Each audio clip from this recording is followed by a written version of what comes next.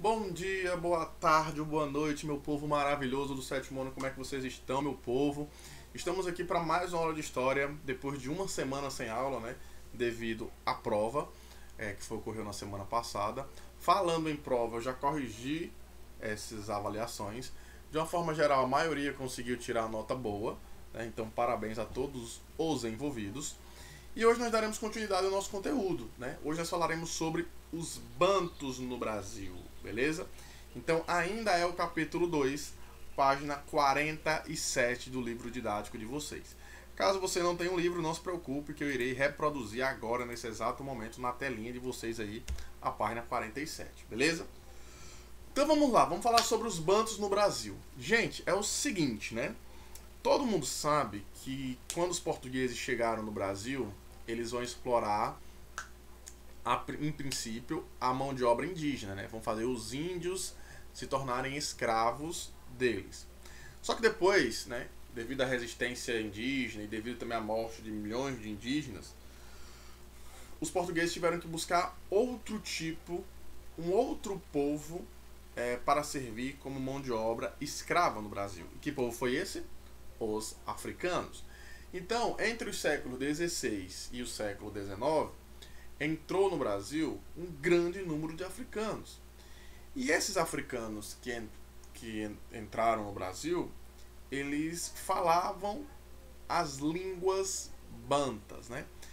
Então, por exemplo, quais línguas bantas são essas? Eu vou ter o quimbundo, eu vou ter o kikongo, eu vou ter o umbundo. Então, são línguas bantas, essas três que eu citei para vocês. Nesse quadro, e essas línguas bantas, gente, acabam influenciando nossa cultura e no nosso dia a dia. Você vai entender por quê. Eu trouxe essa tabela aqui, o livro traz essa tabela, com palavras bantas, que hoje são faladas no dia a dia. Por exemplo, berimbau, né, que é aquele instrumento utilizado na capoeira, uma palavra banta, né? Eu tenho aqui o caçula. O que significa caçula? É o filho mais novo, né? O irmão mais novo da família. Palavra banta. Canjica também é uma palavra banta, né? Ele feito de delícia, milho, coco, show de bola. Carimbó, né? Carimbo quer dizer. Carimbó não, carimbo. Carimbo é um selo, né? Um selo lá que você coloca nos documentos, né? Utilizado aqui. Cochilo é você tirar uma soneca, né? Também é uma palavra banta. Aí eu tenho aí o dendê, né? Que é uma espécie de óleo, né? Fubá, que é a farinha de milho ou arroz. Jiló, gente, é um fruto que tem um gosto meio amargo, não é muito legal não, assim, comer. Eu não gosto muito não, mas enfim, né? Moleque também é uma palavra de origem banta, e essa palavra a gente fala frequentemente, né? Moleque, ei, moleque, vem cá e tal. Tipo, significa garoto, rapaz, né? Enfim. Quiabo, que também é um fruto, né? Quitute, gente, é tipo um petisco, é que você come ali antes das refeições, né? Um petiscozinho, um tira-gosto, né? E samba ali, uma dança, uma música popular brasileira que influencia, obviamente, nossa cultura, né? O samba é um dos principais gêneros musicais do país. Então todas essas palavras são de origem bantas, então você já começa a perceber a influência que os povos que vieram para cá deixaram no nosso território, beleza?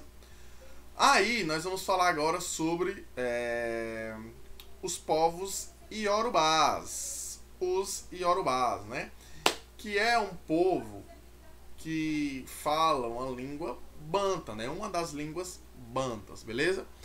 Então, os iorubás, quem eram eles? Né? Eles viveram na África Ocidental, né? E influenciaram diretamente a cultura brasileira, porque eles vão vir para cá em grande quantidade durante a colonização portuguesa. Aí aqui eu tenho do lado, à esquerda, essa aqui, ó, que eu apontei, uma mulher nigeriana, né?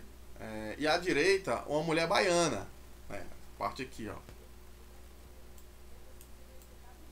Aqui, bonitinho. Eu tentei fazer uma flash e não consegui, mas vou tentar. Agora ficou mais massa. E elas hoje, elas são descendentes dos povos iorubás, né? Então você percebe que tem uns traços muito parecidos, né? Os Yorubá, gente, eles vão construir uma civilização, e essa civilização ela vai ser altamente urbana. O que que significa? Eles vão conseguir, lá na África ainda, no território onde eles se encontravam, na África Ocidental, construir várias cidades, né? E essas cidades tinham estruturas bem modernas, né? Tinham ruas e avenidas retas, avenidas largas, né? Onde nessas ruas e nessas avenidas você tinha o comércio rolando a todo vapor, a venda e a troca de mercadorias, né? Então, entre as principais cidades do povo iorubás, você tem aí 3. Eu tenho a cidade de Ifé, né? A cidade de Ketu e a cidade de Oió, né? Oió, né? Oió é a capital política do povo iorubá. Vocês vão já falar sobre isso daqui a pouco, beleza? Então, toda essa região aqui, que eu coloquei, trouxe no mapa, que eu estou colocando agora um quadrado, fazia parte e era dominado pelos povos iorubás, beleza? Então você tem aqui várias cidades, né? Aió, né? Aifé, beleza? Aí o seguinte, né? Qual a força dessas cidades iorubás? Ela vinha do comércio, foi o que eu falei, né? Então você tinha ali circulando pelas cidades tanto homens como mulheres que transportavam e vendiam vários produtos, como a pimenta, que era uma iguaria muito valiosa na época, o próprio marfim, que era extremamente raro, noz de cola era importante porque ele dá uma sensação de saciar a sede, né? Sendo que aquela região ali da África era muito quente, né? E eles também transportavam alguns objetos de couro, metal, né? Alguns produtos artesanais, beleza? E na cidade de Oió era a capital política dos povos iorubás, né? Era onde você tinha ali os principais prédios e instituições políticas, né? A administração de toda aquela região que contemplava os povos iorubás partiam da cidade de Oió, beleza? E você tinha outra cidade, a Ifé, né?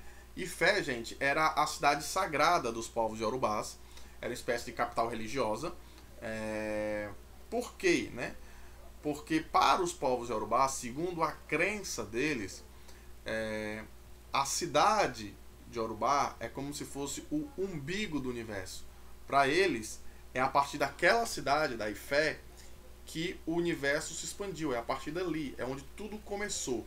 Por isso que é considerado uma cidade sagrada para eles, beleza? Aí aqui, ó, em Ifé, o poder político e religioso era exercido pela mesma pessoa, o Oni, né? O Oni, gente, era a pessoa que administrava a cidade. Então você tinha uma pessoa específica, ele administrava a cidade, ele tomava conta da justiça, né? E também ele era responsável pelos cultos religiosos das cidades, né? Então os povos iorubás, eles costumavam muito realizar cultos para os seus deuses com o objetivo de conseguir boas colheitas, né? Vamos fazer esse culto aqui, porque a gente quer que próximo mês a colheita seja boa, tenha uma fartura de alimentos para nós. Detalhe importante, os Yorubá, gente, eles nunca chegaram a compor um estado centralizado. O que isso significa, professor? Eles não formaram nunca um império, diferente do que ocorreu lá no Império Mali, que nós vimos na aula passada, né? Na aula retrasada antes da prova, né? Com a figura do imperador, o Sundiata Keita, né? Você deve relembrar. Os Yorubás não. Os Yorubás, eles eram formados por cidades-estados, né? Era uma espécie de tribos e cidades que cada uma tinha a sua forma de administrar, né? Você não tinha o imperador que concentrava os poderes na mão dele, né? Nas cidades Yorubás não existia isso, beleza? Aí agora nós vamos falar um pouco sobre a arte de matriz Yorubá. Os Yorubás, eles produziam várias esculturas, gente. Essas esculturas eram bem realistas. Por exemplo, aqui você tem uma escultura aqui da cabeça humana, né? Era feito de bronze, E ela é invocada, gente, porque ela era produzida no tamanho normal, né? Então você tinha lá as esculturas e eles sempre se preocupavam em reproduzir para ser o mais real possível, né? E produzir do mesmo tamanho, né? Então fazia parte da cultura, da arte dos povos iorubás, beleza? Aí aqui você tem a técnica da produção dessas esculturas, né? Aqui você tem, por exemplo, esculpir a peça desejada em cera de abelha. Aí o segundo passo, aplicar argila na escultura e deixar uma abertura para a cera de abelha escorrer. Terceiro passo, colocar a peça no fogo para a argila endurecer, né? O fogo para tentar trazer rigidez, todo naquele formato. E a cera de abelha escorrer pela abertura. E o passo 4, despejar o material líquido no molde da argila após esfriar, quebrar a argila e retirar a peça de metal pronta, beleza? Aqui, como vocês estão vendo, é a escultura do rosto de um rei iorubá, né? Produzida em bronze, né? Ali mais ou menos entre os séculos 8 e século 10, beleza? Vamos falar um pouco sobre os povos iorubás no Brasil, né? Segundo alguns estudiosos, gente, no ano de 1830, os muçulmanos, um outro povo que habitava ali principalmente a região da Arábia, eles vão invadir as grandes cidades, principalmente a cidade de Oió, capital política dos iorubás, vão invadir e eles vão meio que, os povos iorubás vão ficar meio que perdidos, né? E vai ser nesse momento, a partir dessa invasão no ano de 1830, que vários iorubás, vários povos iorubás vão ser trazidos para o Brasil como escravos, beleza? E aqui, gente, eles vão desenvolver vários serviços, né? Eles vão ser empregados tanto em trabalhos urbanos, como em trabalhos domésticos, como em trabalhos agrícolas, né? E eles vão chegar principalmente na cidade de Salvador, né? Lembrando que a cidade de Salvador foi a primeira capital do Brasil, era lá onde era localizado os principais engenhos, o principal local onde produzia açúcar, né? Que na época era a base da economia do Brasil, beleza? Então, a partir dessa dispersão causada pela invasão muçulmana na cidade de Oió, você vai ter aí um grande número de iorubás trazidos aqui para o Brasil. Outro povo, gente, um outro ponto importante da cultura iorubá vai ser o Reino de Benin, né? O Reino de Benin, gente, ele foi fundado por um descendente de um deus, o Oduduya, que é uma espécie de deus criador do mundo para os povos iorubás, né? E ele, o rei na época desse reino, ele era como se fosse, ele era visto como um deus, né? Era uma divindade, era uma espécie de representante de um deus, né? Então ele governava toda a comunidade do Reino de Benin, né? No mapa que eu mostrei para vocês lá em cima, a gente consegue observar onde é que ficava esse reino, né? Tá aqui, ó, o Reino de Benin, né? Que era habitado também pelos povos iorubás, né? Beleza? Então a principal cidade do Reino de Benin, como o nome já diz, qual era? Sim, a cidade de Benin, né? Ó, a cidade de Benin era a principal cidade da época. Assim como as principais cidades, Ifé, Oió, né? Benin também era uma cidade que tinha uma estrutura muito assim moderna para a época, né? Você tinha ruas e avenidas largas, né? Ali nessas avenidas os comerciantes vendiam vários produtos como peixe seco, cobre, o sal também, que era extremamente valioso na África naquela época, que ajudava na conservação de alimentos, o couro, a carne, né? Então eu posso dizer que o comércio era a base da economia do Reino de Benin, beleza?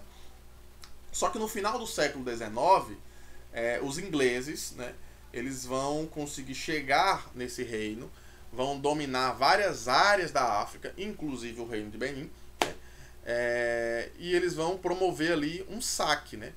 Vão roubar mesmo várias obras de artes produzidas pelos povos iorubás daquele reino, né? E a partir daí esse reino ele começa a entrar em decadência, né? A partir dessa invasão dos povos ingleses, beleza? Aqui você tem a placa do Benin, né? Uma escultura feita por esses povos da época, né? Tanto é que essas esculturas, gente, boa parte delas hoje se encontra no Museu Britânico, né? Museu da Inglaterra. Então isso mostra como foi esse saque dos ingleses nas esculturas dos povos iorubás quando eles chegaram no século XIX lá, beleza? Aí aqui você tem, gente, alguns artistas herdeiros da tradição iorubá, né? Alguns artistas ali que seguem, que querendo ou não tem suas raízes do povo iorubá. Então você tem, por exemplo, os integrantes do bloco Olodum, que é muito famoso, né? Ali na região, no Brasil todo, mas ele atua principalmente na região ali na cidade de Salvador. Você tem o Ile Aie, né? E tem a cantora Margareth Menezes também, que é muito cantora e compositora muito famosa aí na música popular brasileira. Você tem outras pessoas, né? Você tem, por exemplo, Mestre Didi, que foi um escultor e escritor baiano. E ele é basicamente um grande influenciador da arte de matriz iorubá, né?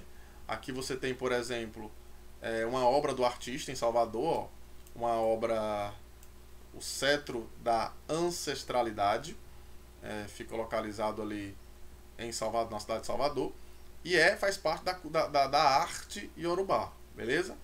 E você também tem o Emanuel Araújo, que é um desenhista, né? Ele vai ser um professor das artes gráficas, né? Vai chegar a estudar até em Nova York.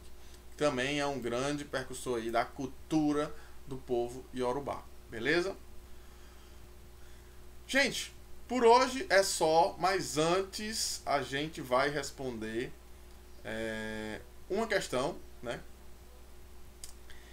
Que a gente pediu, eu cobrei na aula passada, não foi? Eu cobrei na aula passada, na verdade,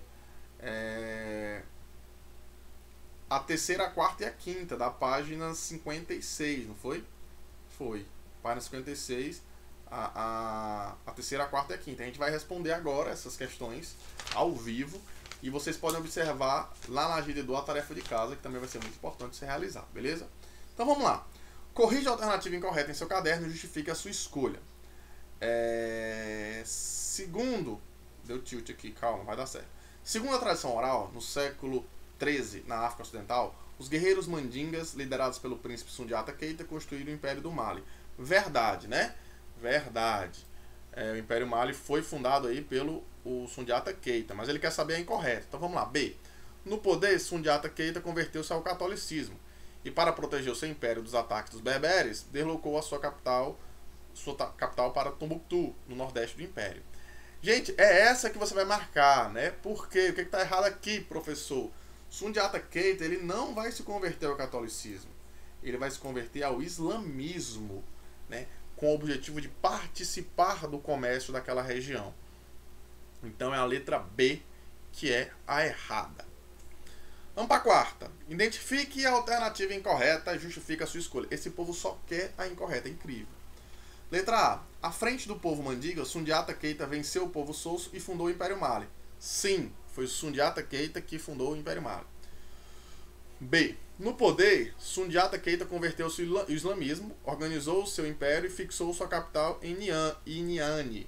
Né? Correto, né? Perfeito. Aqui está correto, né? Se converteu ao islamismo. C. O Império Mali era pouco extenso e teve curta duração. Gente, essa é a errada. O Império Mali, gente, era gigantesco, né? E ele durou durante muito tempo no continente africano, até a chegada de outros povos, até a chegada também dos europeus, que vão influenciar na decadência desse império. Então a letra errada, que você vai marcar como certa, é a letra C. Vamos para a quinta e última, hein? Leia o texto e responda. No século XIV, Tombouctou e Gené desenvolveram-se ainda mais com sua integração ao comércio transariano. Valentim Fernando descreve que, em Tombouctou, o sal trazido em camelos abastecia as almadias, grandes embarcações feitas em um só tronco, que se dirigiam a Gené, onde era trocado por ouro, vindo da região dos povos Acãs e do Lob, né? De Gené, o sal rumava à savana e dali à floresta. Esse comércio entre a savana e a floresta era realizado pelos soninquês e pelos mandingas, esses últimos conhecidos também como Yangara. Qual é o assunto principal do texto? Eita, nós! O texto, gente, ele fala sobre o comércio do Império Mali, né? O comércio ali que desenvolvia na cidade de Tombuctu. Esse é o principal assunto do texto, né? Quando ele fala aí de camelos que traziam o sal, né? Letra B. Vimos que ao longo do século XIV, além de polo comercial, a cidade de Tombuctu tornou-se um importante centro intelectual. Justifique usando o que você aprendeu sobre o assunto. Gente, além de ser uma cidade muito importante comercialmente falando, Tombuctu ela é uma cidade importante intelectualmente. Por quê? Porque você tinha ali naquela cidade também a construção de várias escolas, né? Várias escolas corânicas, né? Que vão influenciar na cultura do povo Mali, beleza? Então você tem aí, por exemplo, mais de 150 escolas corânicas com milhares de estudiosos vindos de vários lugares. Então, também, além de ser uma cidade comercial, é uma cidade também que possuía muitas escolas e acabava influenciando toda aquela região dali. Beleza? Show! Gente, por hoje é só. Espero que vocês tenham gostado. Na próxima aula tem mais. Na próxima aula nós entraremos no terceiro capítulo, até que enfim, né? Saímos do capítulo 2. Qualquer dúvida você pode perguntar para mim diretamente na Agenda Edu. Não esqueça. Façam a atividade, mandem para mim. É muito importante, gente. Ainda mais agora que a gente está aí nesse momento de aula somente virtual, beleza? Gente, foi um prazer enorme. Cheiro no zóio. Até a próxima aula. Valeu!